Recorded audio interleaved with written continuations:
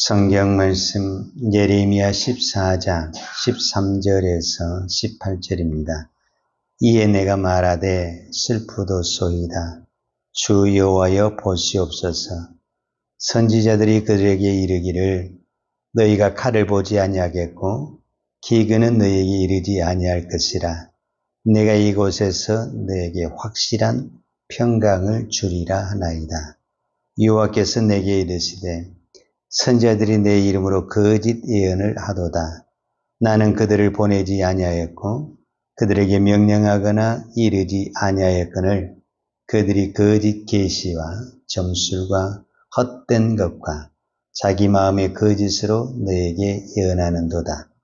그러므로 내가 보내지 아니하였어도 내 이름으로 예언하여 이르기를 칼과 기근이 이 땅에 이르지 아니하려 하는 선지자들에 대하여 여호와께서 이와 같이 말씀하셨노라. 그 선지자들은 칼과 기근에 멸망할 것이요 그들의 예언을 받는 백성은 기근과 칼로 말미암아 예루살렘 거리에 던짐을 당할 것인즉 그들을 장사할 자가 없을 것이요 그들의 아내와 아들과 딸이 그렇게 되리니 이는 내가 그들의 악을 그 위에 부음이니라. 너는 이 말로 그들에게 이르라. 내 눈이 밤낮으로 그치지 아니하고 눈물을 흘리리니 이는 처녀딸 내 백성이 큰 파멸 중한 상처로 말미암아 망함이라. 내가 들에 나간즉 칼에 죽은 자요 내가 성읍에 들어간즉 기근으로 병든 자며 선지자나 제사장이나 알지 못하는 땅으로 두루 다니도다. 아멘. 이스라엘 백성이 어떻게 타락을 했을까? 궁금하지 않아요?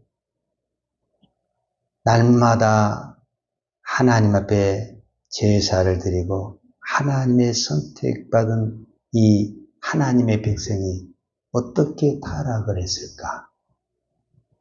그 이유를 오늘 성경이 말씀하고 있습니다. 그 이유가 뭐냐? 예레미야도 그 마음을 갖고 있는 거예요. 어쩌다가 이 백성이 이렇게 됐을까? 그래서 예레미야가 탄식하며 하나님 앞에 물어봅니다. 이에 내가 말하되 슬프도소이다. 즉 예레미야의 탄식이거든요. 주 여호와여 보시옵소서. 선지자들이 그에게 이르기를 너희가 칼을 보지 아니하겠고 기근은 너희에게 이르지 아니할 것이라. 내가 이곳에서 너희에게 확실한 평강을 주리라. 여기 무슨 말을 하고 있냐면은 그때 당시 예레미야만 선지자가 아니라 많은 선지자들이 있었어요. 그런데 그 선지자들이 대부분이 무슨 이야기를 했냐면 거짓을 예언을 했다는 거짓을. 그럼 그 거짓이 무엇이냐면은 지금 하나님은 이 백성이 타락을 해서 칼을 보내고 기근을 보내고 멸망한다고 그랬는데 정반대되는 이야기를 했다는 거예요.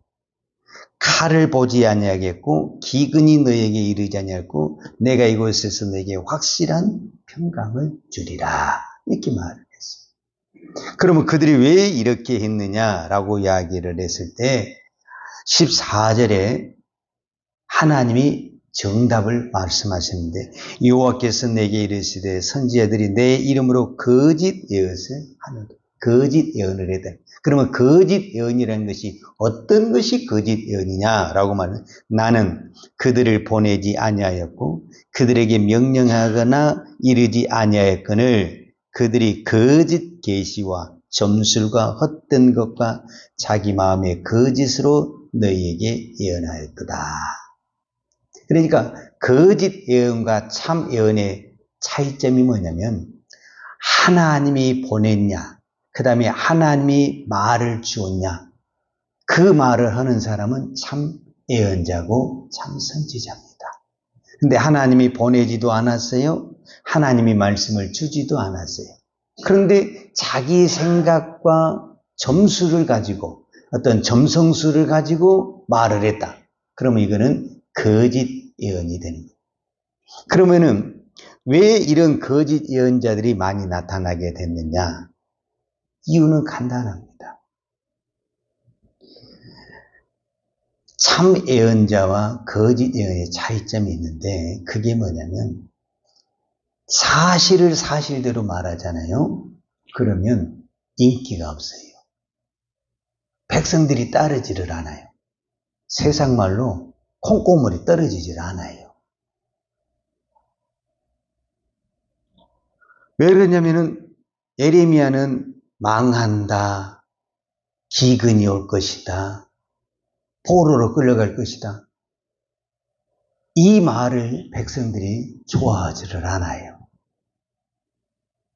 그러니까 당연히 이런 말을 하는 사람을 따르지를 않고 싫어하게 돼 있어요. 근데 다른 선지자들은 칼이 오지 않는다, 기근이 절대로 오지 않는다. 확실하게 말하는데 평강이 올 것이다. 이렇게 이야기를 하는 거예요. 그러니까 거기는 수많은 백성이 따르게 되는 거예요. 이 선지자들이 그래서 참 중요합니다. 우리가 예레미야 1장에 보게 되면은 하나님은 예레미야를 부르실 때 딱 말씀을 하셨어요. 내가 내 입에 준 그 말을 그대로 전해라. 이것이 예레미야의 사명이었습니다.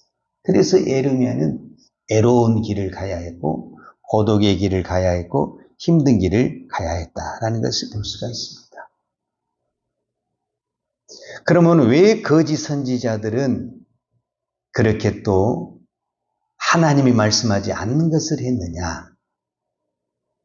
그거는 백성들에게도 문제가 있습니다. 거짓 선지자에게도 문제가 있지만 백성들에게도 문제가 있습니다. 백성들의 문제점이 뭐냐면 백성들은 자기들이 듣고 싶어 하는 말이 있어요.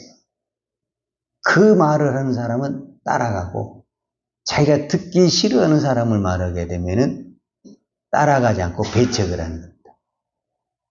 그러니까 그들은 평강을 듣고 싶은데 멸망이다, 기근이다 말하는 선지자는 쳐다보지도 않는 거예요.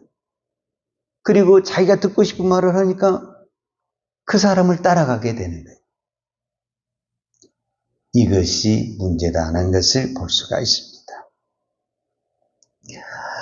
왜 이런 현상이 나타나게 되냐면 저는 오늘 이 시대에도 거짓 선지자가 참 많거든요.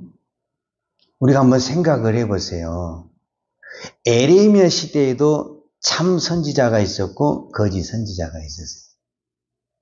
참 선지자가 많았습니까? 거짓 선지자가 많았습니까? 거짓 선지자가 훨씬 많았습니다. 그러면 지금 우리가 또 한번 생각을 해봐야 돼요. 지금 거짓 선지자가 많냐? 참 선지자가 많냐? 거짓 선지자가 훨씬 더 많다라는 겁니다. 이게 무서운 거예요. 지금 특별히 우리나라 같은 경우는 이 시대는 민주주의의 가장 기본이 되는 것은 다수의 원칙을 따른다라는 거거든요. 그러나 성경은 많은 사람이 옳다고 해서 그것이 꼭 옳은 것은 아니에요. 모든 사람이 옳다고 해도 하나님이 틀리다고 말하면 그건 틀린 거예요. 우리는 분명히 이 기준을 가지고 이 시대를 살아가야 됩니다. 누구도 그렇고 큰 교회도 그러니까 이게 옳은가 보다. 그렇지 않습니다. 성경은 다수가 옳다고 해서 옳은 것이 아니라 하나님의 뜻이어야만이 옳은 것이다. 이렇게 말씀하고 있습니다. 그래서 많은 사람들이 이 시대에 어떤 문제점을 가지고 있냐면 많은 사람들이 그것을 옳다고 말하면 옳은 것으로 생각을 한다라는 거예요. 그리고 다수가 움직이는 것을 쉽게 따라가게 돼 있다라는 거예요. 우리가 이것을 조심해야 됩니다. 제가 몇 번 강조했지만 이 민수기 13장에서 이스라엘 백성들이 가나안을 들어가기 전에 12명의 정탐꾼을 보내잖아요. 근데 이 12명의 정탐꾼이 정탐을 하고서 보고를 하는데 10명과 2명으로 나눠졌어요. 10명이 불평을 했고 2명이 찬성을 했어요. 근데 백성들은 누구의 말을 들었냐면은 2명의 말이 사실은 하나님의 말씀이고 참이고 진리예요. 그런데 10명이라는 이 다수가 옳다고 하니까 이 참을 2명을 무시해버리고 다수를 선택했다라고 성경에 기록하고 있습니다. 이것이 다수의 좋은 점도 있지만은 가장 문제점이 크다라는 것을 말씀하고 있습니다. 그래서 우리는 항상 무엇을 조심해야 되냐면 다수가 결정한 것이 무조건 옳다라는 것을 우리는 조심해야 됩니다. 사도 바울은 고린도전서 10장 5절에 하나님은 분명히 이렇게 말해요. 하나님은 다수를 기뻐하지 아니하신다. 이렇게 말씀하셨어요. 왜냐하면 나 자신을 봐도 그래요. 교회도 수가 많아지고 힘이 세지잖아요. 그러면은 하나님을 의지하는 것보다 숫자를, 힘을 의지하게 되어 있습니다. 나 개인도 마찬가지입니다. 내가 많은 것을 가지면 가질수록 더 하나님을 더 잘 섬길 것 같지만 많은 힘을 가질수록 우리는 하나님을 의지하는 것보다는 내가 가진 그 힘을 의지할 확률이 훨씬 더 많습니다. 그러니까 다수는 항상 위험의 소지가 있다는 거예요. 여러분, 우리 한국 교회를 보십시오. 우리 한국 교회가 맨 처음에 이 땅에 복음의 씨앗이 들어올 때 교회가 어디 있었습니까? 믿는 사람이 어디 있었습니까? 그러나 그들은 목숨을 걸고 순교의 피를 흘리면서 이 땅에 복음을 선포했습니다. 그 순교의 피로 이 땅이 복음화가 되고 이렇게 축복을 받았어요. 그런데 그 신앙이 찾아볼 수가 없고 무너지고 있습니다. 이게 왜 그러냐? 이제 숫자가 많고 교회가 많다 보니까 숫자로 밀어붙이는 거예요. 숫자로. 이 숫자로 밀어붙이는 것이 위험하다라는 것을 우리는 깨달아야 돼요. 항상 우리는 이 숫자로 하는 것. 그래서 하나님이 분명히 말했어요. 고린도전서 10장 5절에 하나님이 다수를 기뻐하지 아니하신다. 근데 세상은 다수를 좋아해요. 많이 모이는 것을 좋아해요. 왜냐하면 많이 모여야 힘이 생기고 뭔가 할 것 같거든요. 예수님은 2-3명을 가지고 내 이름을 읽는 것에 그곳에 기적이 있다. 능력이 있다. 이렇게 말씀하시고 계십니다. 그래서 저는 오늘 또 우리가 2-3명이 모여서 예배를 드린다 할지라도 이곳에 하나님이 계시면 기적은 일어나고 응답은 나타납니다. 오늘 또 우리가 이 확신을 가지고 우리가 다수가 아닌 것에 낙심하지 말고 절망하지 말고 꿋꿋하게 기도해야 됩니다. 마지막 때가 될수록 다수를 쫓아가지 말고 나 혼자라도 에레미야가 애롭게 그 사명의 길을 간 것처럼 저와 오늘 여러분이 이 사명의 길을 가야 될 줄로 믿습니다. 우리가 계시록에 우리가 마지막 장 계시록 22장 마지막 절에 사도 요한은 무슨 말씀을 하셨냐 하면 이런 말씀을 하셨습니다. 너희는 이 예언의 말씀을 더하거나 빼지 말아라. 우리는 그거를 가감이라고 그래요. 더할까 뺄까.